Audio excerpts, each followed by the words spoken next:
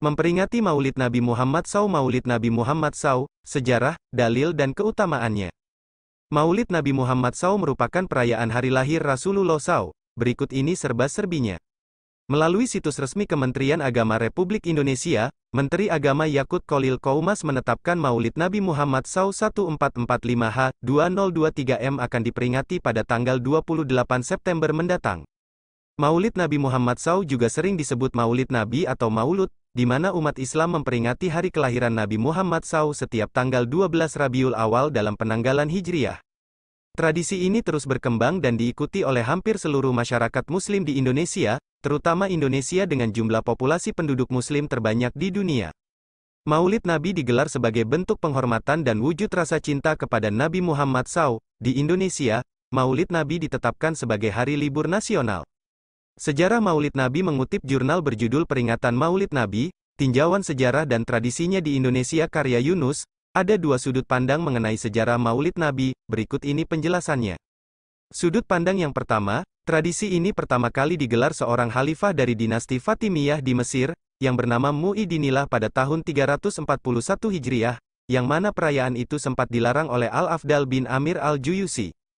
Kemudian Maulid Nabi kembali digelar pada masa Amir li Ahkamillah, pada tahun 524 Hijriah.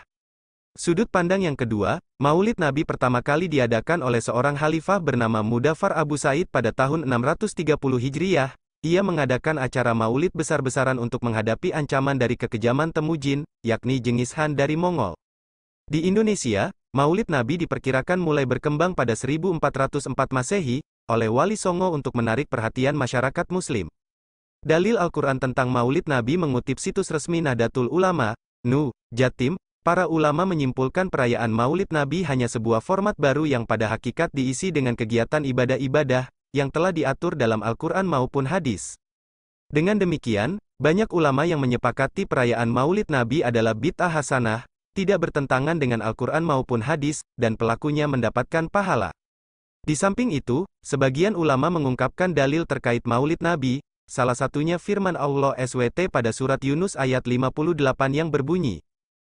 Artinya, katakanlah, dengan anugerah Allah dan rahmatnya, Nabi Muhammad SAW, hendaklah mereka menyambut dengan senang gembira. Berdasarkan ayat tersebut, terdapat anjuran yang ditujukan kepada umat Islam supaya menyambut gembira anugerah dan rahmat Allah.